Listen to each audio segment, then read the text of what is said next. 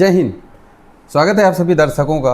और आज मैं ये हेमवती नंदन बहुगुणा डिग्री कॉलेज में वार्षिकोत्सव का आयोजन था, तो बहुत सारे बच्चे आए थे, जिसमें से कुछ गिने चुने चुनिंदा बच्चे जिन्होंने अपनी प्रतिभा का अच्छा प्रदर्शन किया और उन्होंने अच्छा स्थान प्राप्त किया। उसी में से एक हैं मेरे साथ स्नेहा द्विवेदी, जिन्होंने नेट और जेआरएफ की परीक्षा पास की है, जो कि ये टफ कंपटीशन माना जाता है, जो ऑल इंडिया लेवल का एग्ज़ाम है। तो पूरी रणनीति जो है, इन्होंने क्या क्या तैयारी किया, तो सबसे पहले स्नेहा जी आपका बहुत बहुत स्वागत है।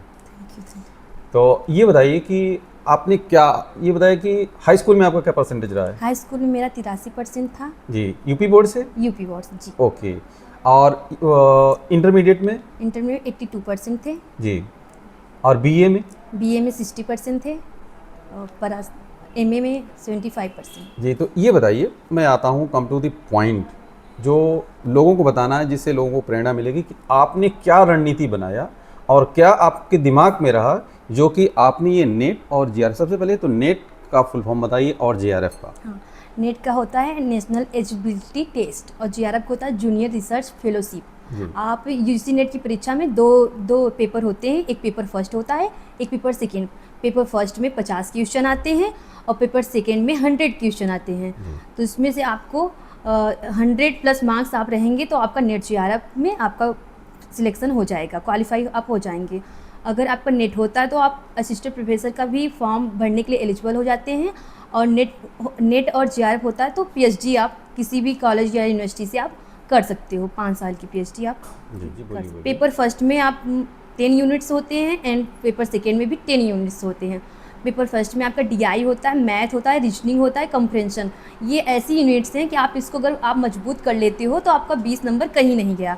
और आपको टीचिंग एप्टीट्यूड साथ में थोड़ा सा रिसर्च एप्टीट्यूड, एनवायरमेंटल का बहुत अच्छा होता है, और हायर एजुकेशन और कम्युनिकेशन और ICT, information and computer technology. आप ये बताओ कि आपने क्या सोच के तैयारी किया है, कि प्रोफेसर बनना है या पीएचडी करना है या मतलब नेट जेआरएफ का मतलब ही होता है कि असिस्टेंट प्रोफेसर। आप पीएचडी भी कर रहे हो तो आपका मोटिव यही कि आपको असिस्टेंट प्रोफेसर ही बनना है, कि 5 साल बाद आप क्या हो आप 5 साल बाद, मतलब आपको 5 साल बाद आपने जो बोला 5 साल बाद आप क्या हो, आपकी पहचान किस रूप में होगी। हाँ। तो ये बताइए कि जो लोग, हम लोग इस समय लाइब्रेरी में बैठे हैं, ये जो अगल बगल आपको किताबें दिख रही हैं, ये लाइब्रेरी है। तो जी, ये हम क्या करते हैं, जब कोई भी तैयारी करते हैं, वो चाहे यूपीएससी का हो, चाहे यूपीपीसीएस का हो, या एसएससी का, बैंक का, रेलवे, जो भी हम कॉम्पिटिटिव एग्जाम देते हैं, बहुत सारी बुक्स इकट्ठा कर लेते हैं। नहीं, तो क्या आपने बहुत सारी बुक इकट्ठा की थी? मैंने बहुत सारी बुक्स नहीं इकट्ठा की, क्योंकि बहुत सारी बुक्स रखने का मतलब है कि आप पढ़ोगे तो 2 ही 4 से, पर बुक्स रख के ये लगेगा कि हाँ इतने सारे बुक्स मेरी कंप्लीटेड नहीं हुए हैं। आप 2-4 ऐसी बुक्स रखो जिससे पेपर आपका ओरिएंटेड आ रहा है, कि पेपर जिस हिसाब से आ रहा है आप उसी हिसाब से बुक चुनिए। से हम लोग का है हिंदी साहित्य, इसमें भी 10 यूनिट्स होते हैं। तो आपको हिंदी साहित्य का इतिहास आचार्य रामचंद्र शुक्ल की बुक को बहुत अच्छे से कवर करना है, शुरू से अंत तक। एक भी टॉपिक आप ऐसा नहीं कि आप उसको छोड़ सकते हो, क्योंकि वो एनटीए का फेवरेट बुक है। मान के चलिए कि उसमें हर साल 15-20 क्वेश्चन आपको आना ही आना है हिंदी साहित्य के इतिहास से। और एक भाषा वाला पोर्शन होता है, आप भाषा की कोई भी एक बुक उठा लीजिए, उसमें आप भाषा तैयार कर लीजिए। और हिंदी साहित्य के इतिहास से आपको हिंदी साहित्य इतिहास, हिंदी साहित्य के इतिहास के अलावा आपके उनमें अन्य गद्य विधाएँ, जैसे उपन्यास, नाटक, निबंध, अन्य गद्य विधाएँ। तो ये सब सारी चीज़ों से टेक्स्ट, क्योंकि इसमें एनटीए जो होता है हिंदी साहित्य से, तो इसमें टेक्स्ट काफ़ी ज़्यादा पूछे जाते हैं। 50 नंबर के कम से कम टेक्स्ट ही पूछे जाते हैं। तो आपको उपन्यास, कविताएं, निबंध, नाटक, कहानी, रेखाचित्र, संस्मरण, ये सारी चीज़ें क्या है कि अच्छे से तैयार रखिए, कि डीप क्वेश्चन पूछता है एनटीए। कि आप ऐसा नहीं कि आप कहानी एक बार पढ़ लिए तो आपका हो जाएगा, नहीं, आपको कहानी 1-2-3 बार पढ़िए और उसको अच्छे से पढ़िए, उसके नोट्स बनाइए।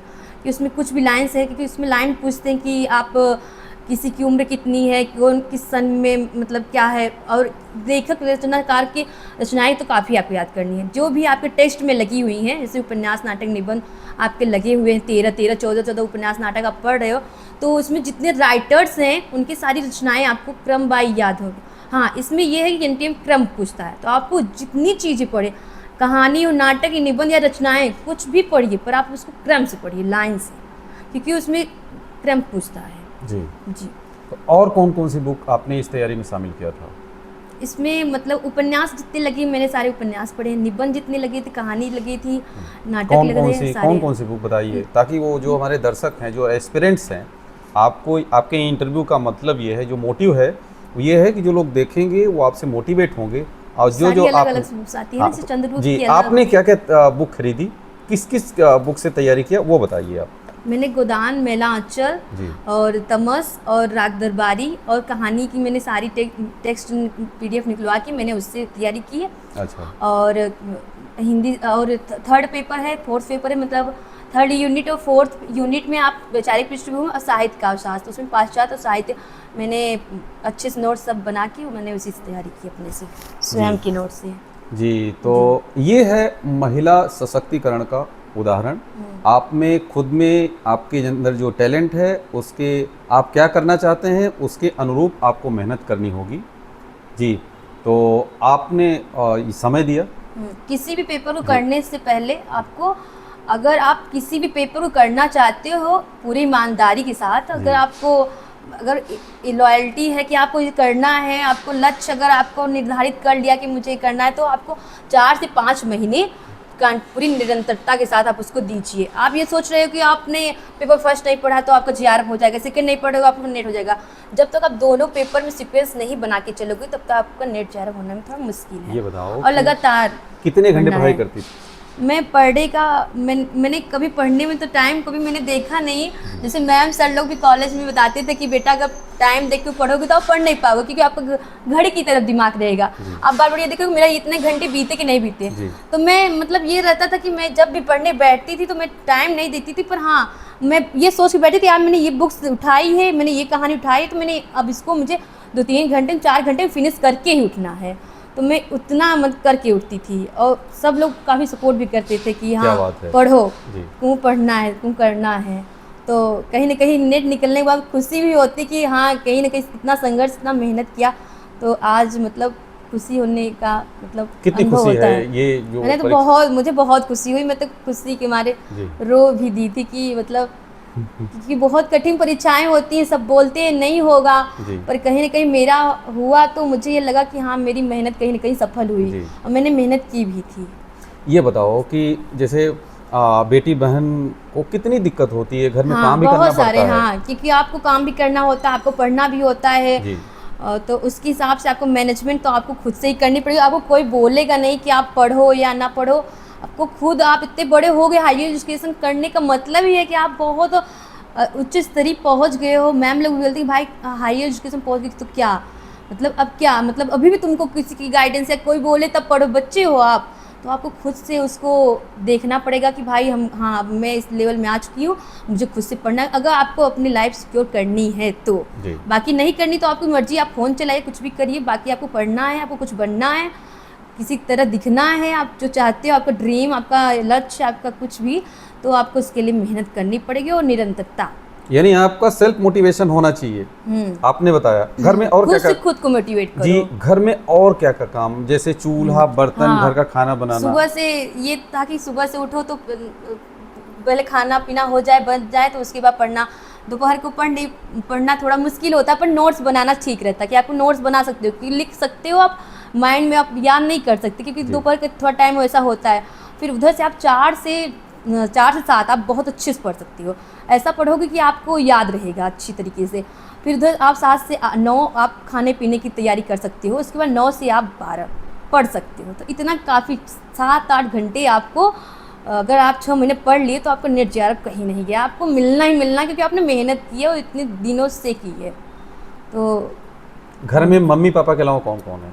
मम्मी पापा और हम लोग 3 बहनें हैं जी, और एक भाई है जी, और मम्मी पापा बस। अच्छा, तो मेरे पूछने का मतलब हो सकता भाभी जी रही हो?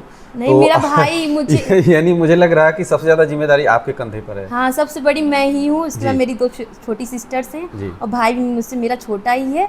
बट उसने भी मुझे बहुत कहा कि UGC नेट की परीक्षा देने के लिए, पहली बार उसने ही बोला था मुझे देने के लिए, तो उसी की। तो बाकी जो आपने जो एग्जाम निकाला इतना बड़ा, पूरी फैमिली ने सपोर्ट किया, पूरी फैमिली भी। अब जो बच्चे हैं जो आपके घर के यानी जो भाई बहन हैं, वो मोटिवेटेड होंगे और आपके सराउंडिंग में जो गांव वाले हाँ, होंगे। सारे लोग ये सोच रहे हैं कि हाँ उनका मिठाई हो किसने गया। बांटा था? मैंने बांटा था उसी दिन।